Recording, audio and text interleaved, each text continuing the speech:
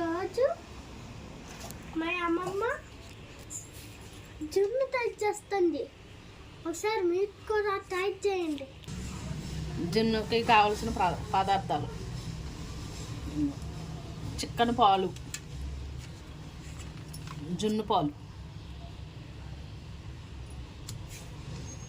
బెల్లం. లీటర్ పాలకి 1/2 కేజీ బెల్లం. మనకు తీపి ఎంత కావాలితే అంత వేసుకోవచ్చు. మిరియాలు, లాలిక్కాయలు పొడి చేసుకోవాలి.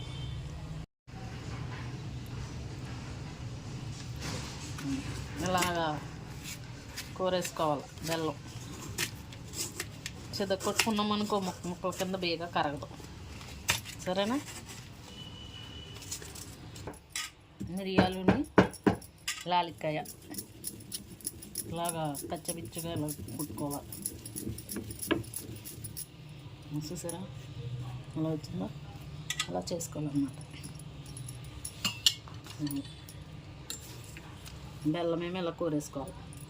బెల్లం వేసేస్తున్నాం పావులో.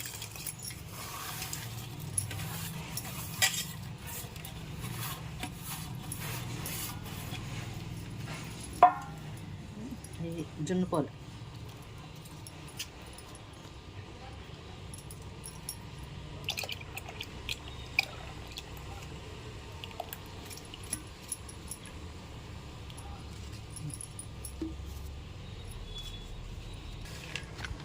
ఇలా చేయి పెట్టి ఇలా బెల్లం కరిగించేసుకోవాలి. అదిగో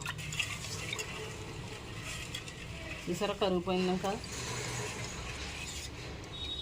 ఇలా కరిగిపోయాక ఇంకో గిన్నె తీసుకుని మనం జున్ను ఎందులో పెట్టాలో అందులో ఇంకలాగా పాలు బెల్లం అంతా కరిగిపోయాక అందులో నలకలు ఏమన్నా ఉంటే అలా వడకట్టేసుకోవాలి.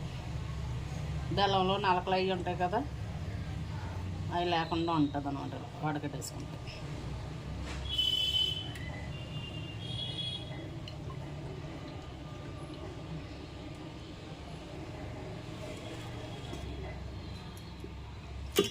ఇలా వడకట్టేసుకోవాలి. ఇలా వడకట్టేసుకుంటే నలకలు ఏమన్నా ఉంటే ఇందులో ఉండిపోతాయి అన్నమాట.